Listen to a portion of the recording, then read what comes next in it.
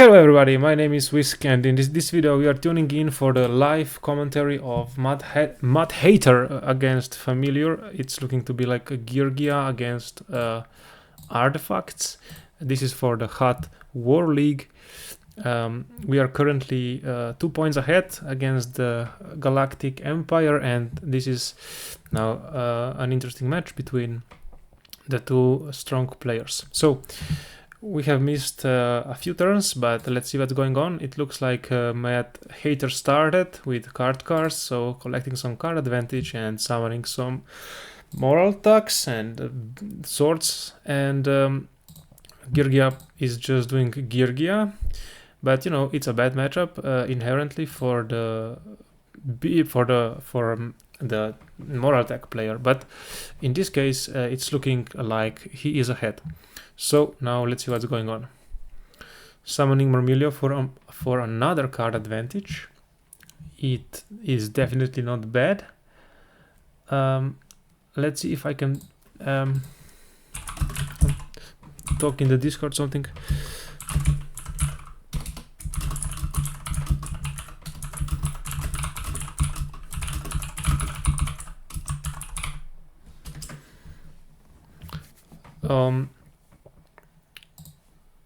So I don't know if Mad Hater knows what the set is, but we can try to play around hands. So Pleiades would be the move here, and I guess he's thinking the same thing.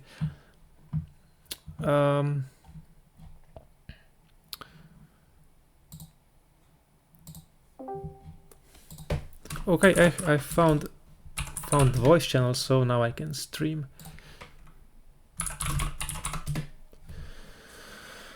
Okay.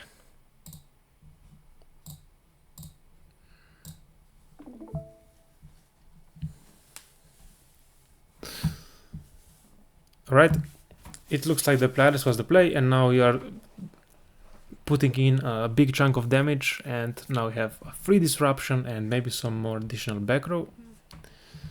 So far looking good.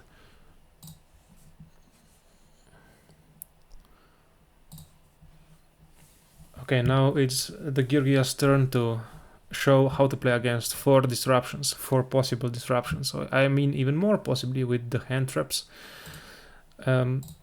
So what could he be saved with? So Dark Hole is the best card in this scenario, as is in many other scenarios, and people are saying, Tempest especially is saying that Dark Hole is a bad card, but you know, you get in these kind of scenarios a lot because the game state is not so controllable.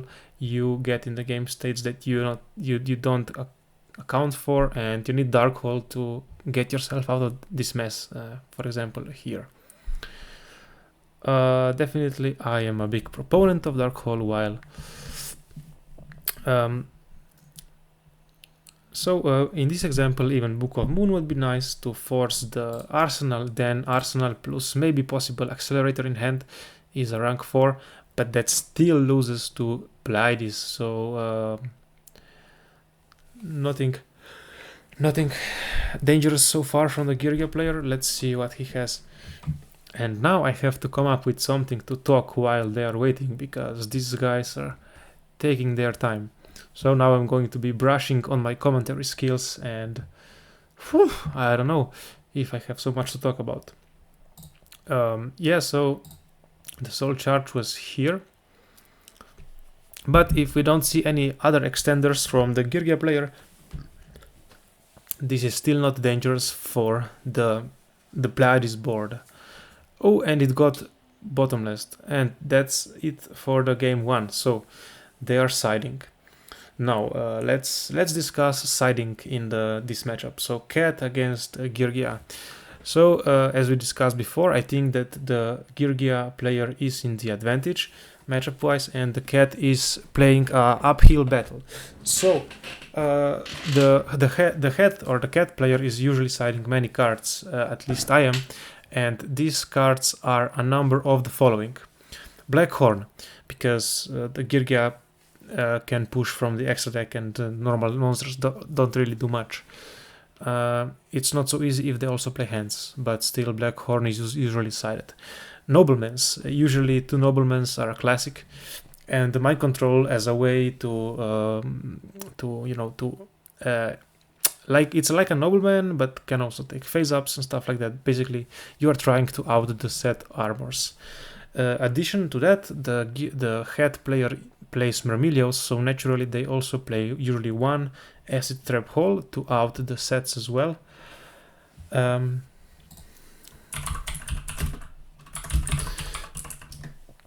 And usually that about wraps it up. Then you only have to decide what to side out and which hand traps to play. So some people like Maxi against Geargia, some people don't. Now, what is the Geargia siding against head? Sometimes I guess they are siding graveyard floodgates like Macrocosmos, maybe Soul Drains. This is good this is better if you don't play hands. But other than that, you don't really need to side much. You can side crows if you have. Crows are really good, but those are usually sided.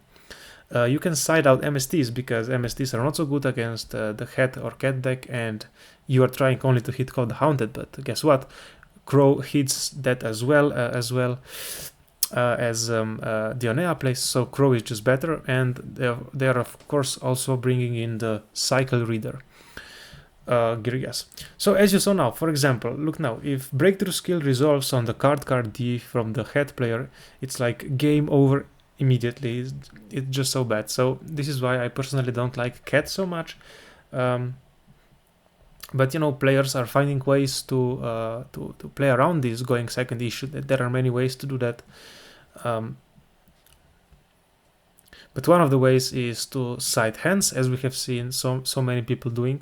So they side the hands for going second. But this takes 4 side slots, so maybe you should just main hands. Actually today, so this was like a risky play, acid trap hole as a chain link 1. This can be very bad if opponent is setting hands, so you always, if you can, you try to do chain link 1 something and then chain link 2 acid trap hole, so you can get rid of the hands safely. But it looks like we have more gas with the Sanctum, so let's see what's going on. But I wanted to say something. I was giving a comment in our team chat about why I like head more than cat. Basically, Logger said, into a more specified field, I think cat is far ahead better, but into a generalized field, it definitely struggles. Then I said, and I still think as much, I said that there is rarely such a thing as a specified field, meaning you don't really know what you're going to play against. And then I said that the going second is just objectively worse for the cat deck. So this of course applies to game 1s, where if you play fair coin or rock paper scissors, then that's 50% of the time you're going second. So definitely you have those cars and it's not so good. In those examples, hands are better. And then of course I mentioned the breakthrough skill on the car, especially when going second. It's just backbreaking.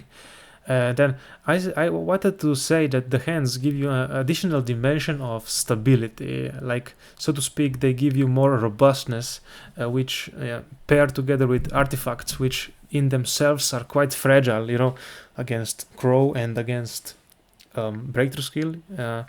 You know, plays like ignition on your own artifact in the back row and getting disrupted by Crow is also big breaking. So in this sense, you have another dimension that you can play on, like with hands. So the car on the other hand just amplifies the fragility. Okay, now let's see what happens. Destroy them. So both will be destroyed, even if MST was chained. That's good. We popped them. Oh no! And now we are getting fucked by the fire hand, and I think this was a little bit greedy with the Zermayo here, unless there is soul charge dropping now. But I think definitely the soul charge is dropping, because Mad Hater wouldn't have made the Zermayo other way in this case, unless he was really reading that opponent is not playing hands. But The breakthrough skill is also in the graveyard, which means that Pleiades is not so good anymore. So even Soul Charge is not so good, but otherwise it looks like this game we are going to be playing really from behind.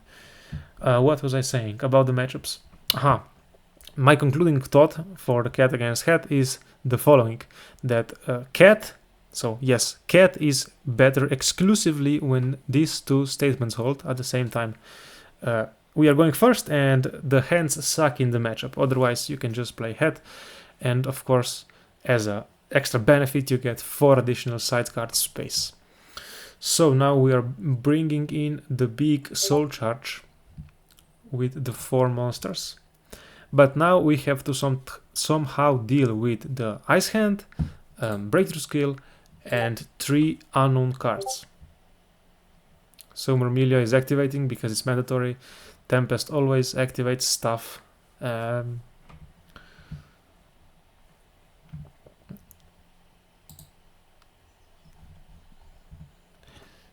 yeah, just play Alice, and what is he gonna do? Gonna get breakthrough skilled. Then what? I am in the voice channel, but nobody is joining me. Okay. It's whatever, man. I am very used to be alone. So at least we bounce this one, and now, okay. Now we are playing 4 cards against 4 cards plus breakthrough skill in the graveyard, and if opponent has a way to break this, we are cooked. Now we are still waiting. Let me get a sip of water.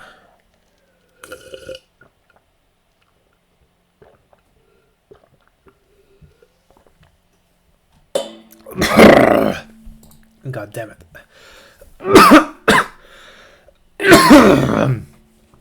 So, let's check on the WhatsApp while we are waiting. La la la. The Geargia is stinking. Oh, they have a soul charge play as well. So, this is going to be an Exiton. No, it's not going to be an Exiton because it's 4 against 4. So it's going to be possibly 101. 101 deals with this, but then maybe if they have Accelerator in hand, there's 2 Exceeds, because 101 alone does not deal with this successfully, but it deals with Pleiades, and then we have hands, you know, Fire Hand. We can normal summon Ice Hand and make Exceeds with Ice Hand plus hand, or Ice Hand plus armor if you want to keep Fire Hand. Because what is opponent going to do? The back row, we must assume, is chainable, because otherwise he would lose to Ice Hand. So therefore we're just against 1 top deck. Okay, I see he is going for the defensive play. Okay, somebody joined us. Let's see who it is. It's Ricky the GOAT. Ricky has pronouns king and warrior. So king / warriors are the pronouns. When you talk to Ricky, always use those pronouns. So let me just show you here really quickly. You see, king, warrior. Don't forget, don't ever misgender people. And now we are back to the game. It's Tempest's turn, and he stopped decking unknown card.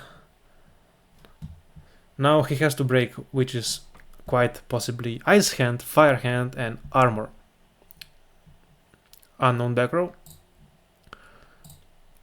But look at that, opponent did not breakthrough skills, so we have at least 1 more bounce, and then we can make here, we can make some damage at least with Gaia Charger if you want. Oh, the Ricky has left us.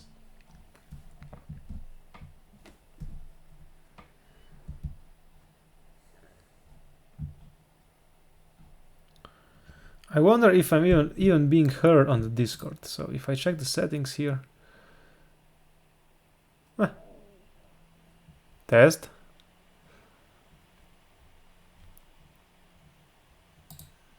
I don't know, maybe this card doesn't hear me. Test. Test. I guess they hear me, but nobody is in the chat anyway, so.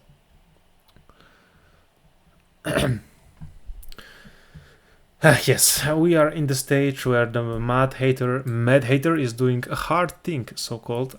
So, oh, hello, Logger. He is joined.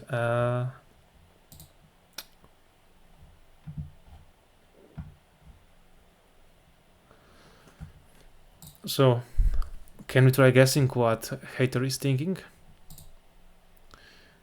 Is he thinking how to out the fire hand with artifacts? Because let me tell you, it's quite impossible. A very hard challenge. Is he thinking, can I win this turn? That's possible if the back row is a bluff and we can bounce the fire hand. Then we have two monsters. Then we probably have one summon, maybe call the haunted here. I have no idea. So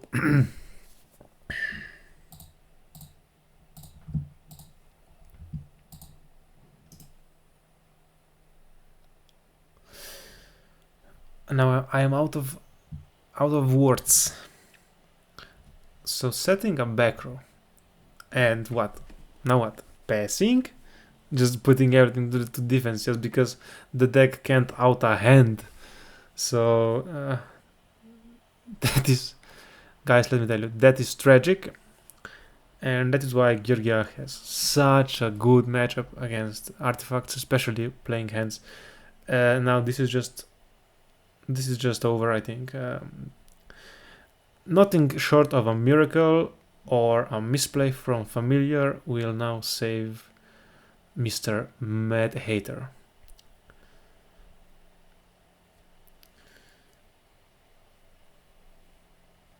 A miracle would come in terms of maybe Dweller but now it's too late. Now the armor has resolved and now the hands will be starting to crash. So playing against Geargia is one thing, but playing against Geargia with hands, that's just nightmare. So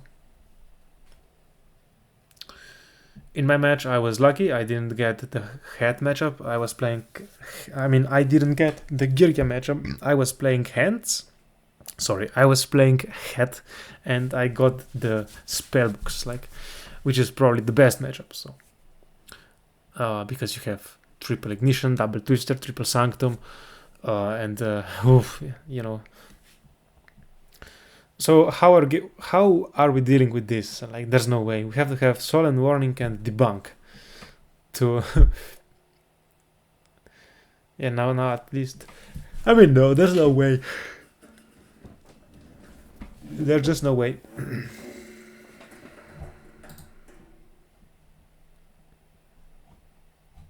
Oh.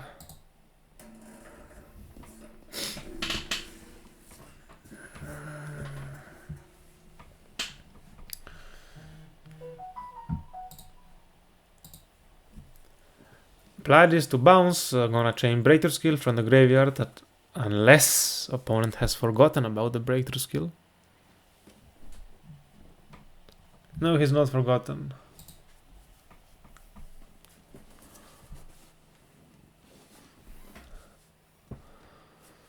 Now what? Now we can just scoop, or maybe we have a miraculous back row. Like Dimensional Prison. Or double Fiendish Chain, but I'm just kidding. That loses as well. I don't know. Yep, it's over. We're getting run over by the hands.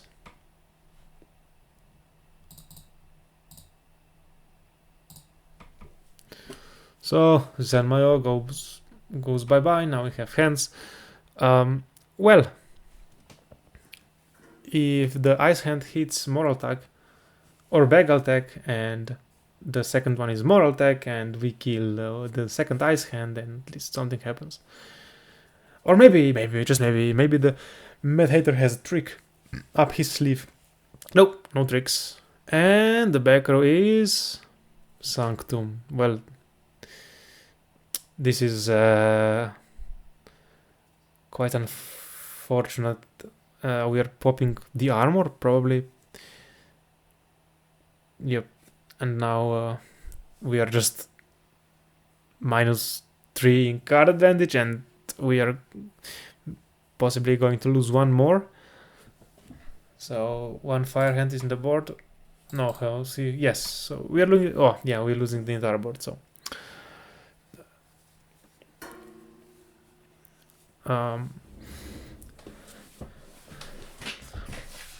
let me put this on pause, and I will be right back. Where is the pause button? Where is the pause button, friends? I'm using OBS and I don't see the pause button. I can press stop recording, but if I press stop recording, then I will have to edit the two videos together. Is there really no way to... Ah, I see the pause. So pause and see you soon. Hello, I am back, and what a pleasant surprise, we are still playing, and still we are even more... What the hell has just happened? Did I see correctly that the Mad Hatter has set a card and then attacked the ice hand?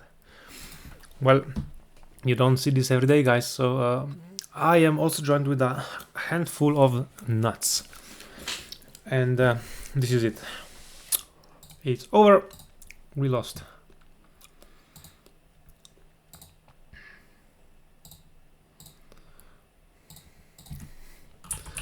But it's only game 2, so still chance.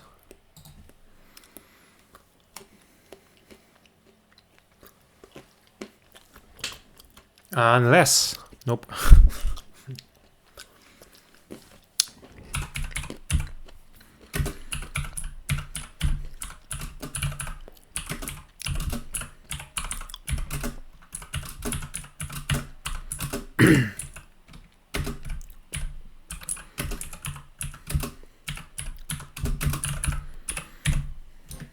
Game 3. Siding. We already discussed the siding, so pressing pause again. See you in the game 3. Ladies and gentlemen, we are back. 22 minutes in of the recording. Game 3 starting. Going first. Open the card cards. The best possible opening monster.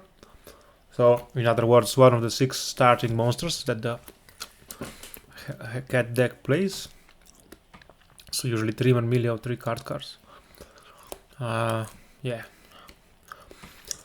Oh, if you're wondering how to check the probability of certain hands, you can go to this website. And here you just simply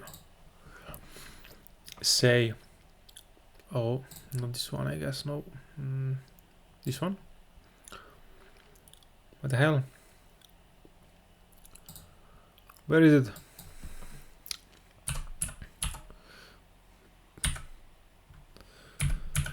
Okay, I guess never mind then.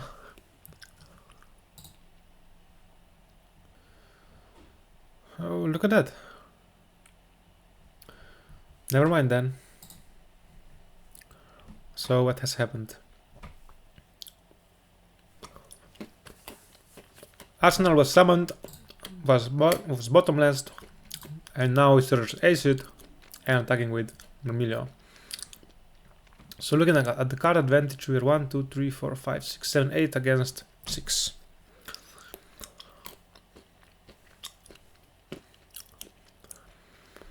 Nothing that Ice Hand can't deal with.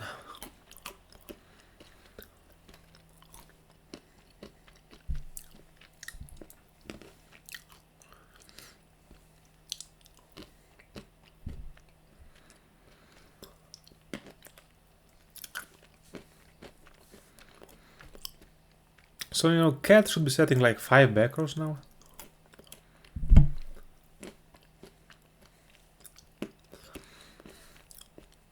But given the fact that turn 1 only set 1, I then drew 2 cards from card card and 1 from the draw phase.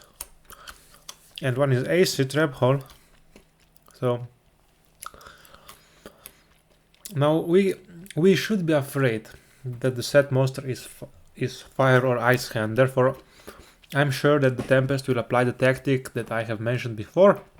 So anything as chaining 1 and yeah, 2 as acid. But he had the nobleman as well.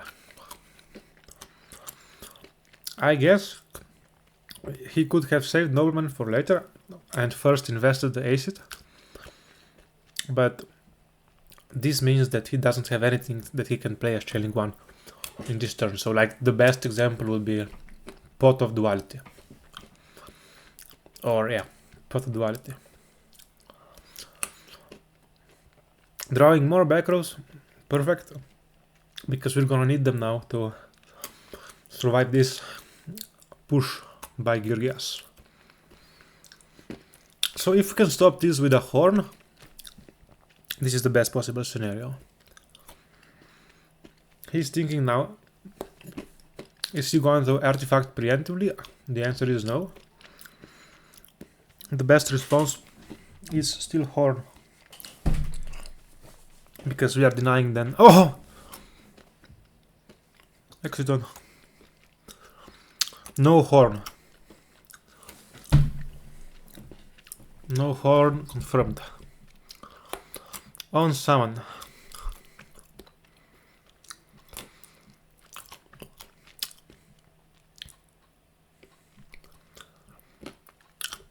Oh no. There's no way that Tempest only had 1 effect negation here.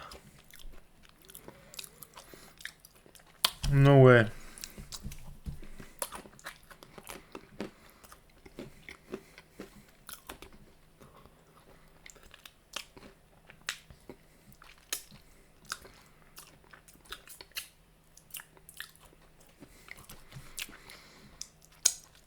Oh no. Why?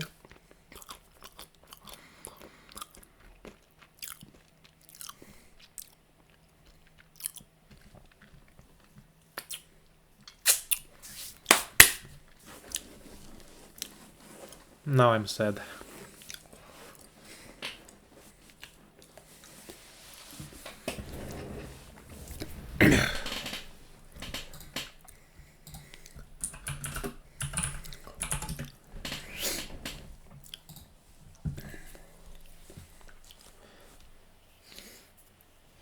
So Geargia is going to end with 4 cards, and this means we can only end with 2 artifacts on the board. Oh no! Now the judges will be called, or maybe not. Yeah, no judges needed. But yeah, we are we are getting this. So this is actually 1 artifact.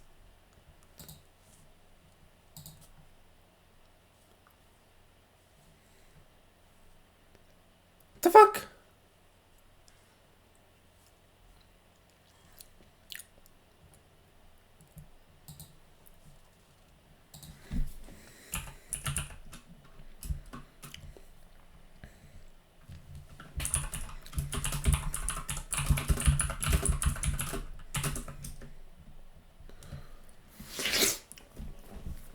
So what I'm thinking here is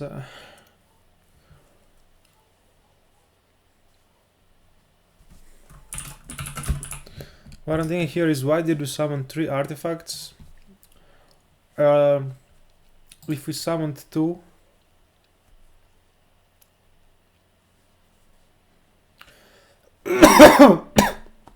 we would be 4 cards, and then that will allow us to, you know, chaining 1 more attack. Then Exton would not be able to resolve, and then we would pop the Exton, and then the Geargia player, I guess, has the arsenal and back row, and would not be able to go over the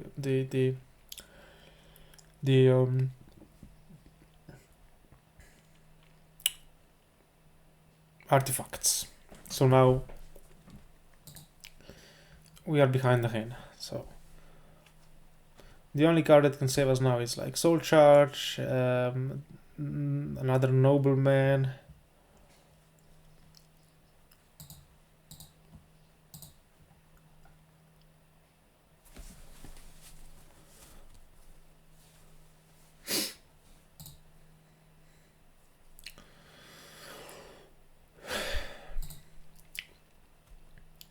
So now we will see if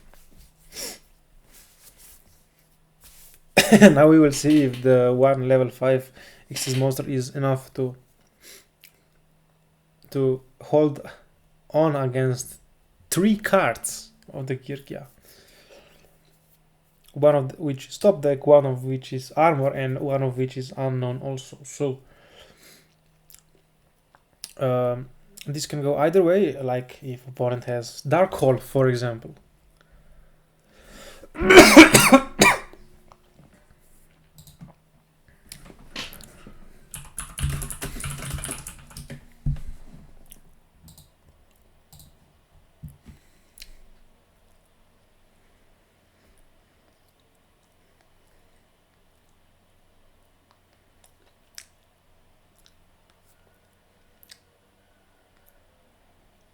Okay, the moment of truth.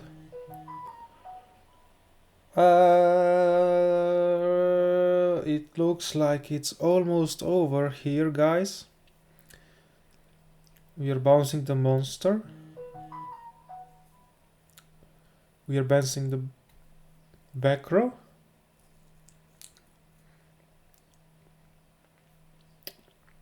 So if we make a Gaia Charger, it's to 2400, it's 4500 with the cards on the board against armor, but against Firehand, not so good.